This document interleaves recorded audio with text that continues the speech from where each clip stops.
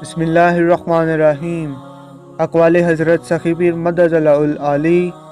Number 1، ذہن کی گہرائی میں جانے کے لیے توجہ، یکسوئی، یقین، مضبوط قوت ارادی اور خالی الذہن ہونا بہت ضروری ہے۔ نمبر 2، انسانی عقل، تصرف اور پرواز محدود ہیں، وہ اللہ جل شانہ کی لامحدود ذات کا کلی احاطہ کیسے کر سکتی ہیں۔ نمبر 3، خلق کی ہر نعمت کی تہ میں بے چینی، بے سکونی، مصائب اور بیماریاں موجود ہیں۔ نمبر 4، اللہ جل شانہ اپنے بندوں کی قدم قدم پر کشف و الہام یا دیگر ذرائع سے مدد فرماتا رہتا ہے۔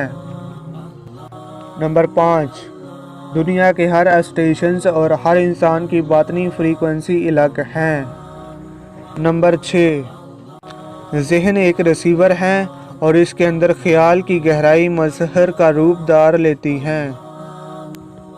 نمبر 6، کسی چیز کا خیال کرنے سے ذہن کی سکرین پر لہریں پیدا ہو کر ارتعاش پیدا کرنے لگتی ہیں۔